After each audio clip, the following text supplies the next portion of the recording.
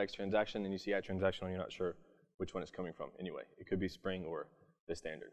JPA 2.1 Spring supports that as well, also with support for unsynchronized persistence context. And last but not least, a small upgrade for bean validation.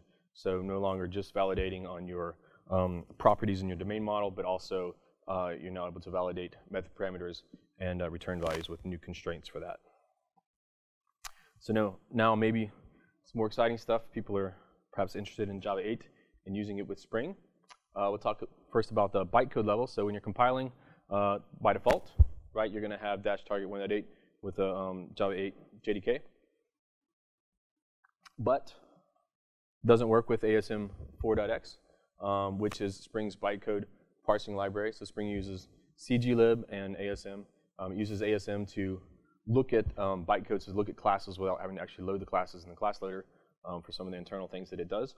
And to overcome that, in 4.0, in the first release, we had to basically use a patched inline version of an upcoming ASM 4.1 variant, and we jar-jarred that. So who knows what jar-jar is?